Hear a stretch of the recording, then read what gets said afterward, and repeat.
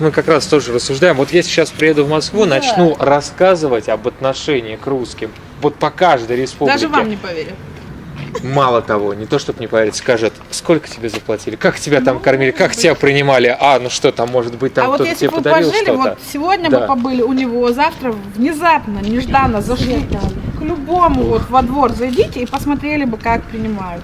Я когда начинала 30 лет назад работать в этой больнице, я была в шоке. Зайдешь, бабушка старенькая там или дедушка русский лежит, тогда много еще русских людей было.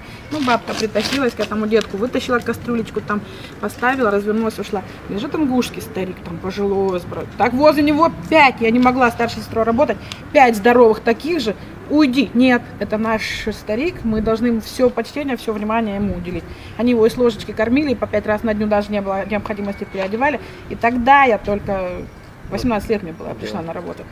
Тогда я начала вникать в то, что хорошо и что плохо. Нам бы, русским, поучиться бы вот ингушей, ухаживать за этими стариками, которых вот сейчас приезжают, Тимофеевна, там валяется где-то. Привезли, поработал, кто-то где-то бросил, папа, мама когда-то были, может, были, не были, он уехал, русскую, хорошую жизнь искать, сладкую. Приехал, здесь-то работает, помогает, конечно. И хоронят ингуши, и досматривают ингуши. А там как? Там отца, мать убивают. Этого там нас не поймут. Поэтому говорят, если нам туда уехать жить, нам трудно будет. Так вы говорите, Тимофеевна? Нам самим говорят, кто туда уехал, им трудно жить. Мы были в доме, да. Они с тоски там умирают.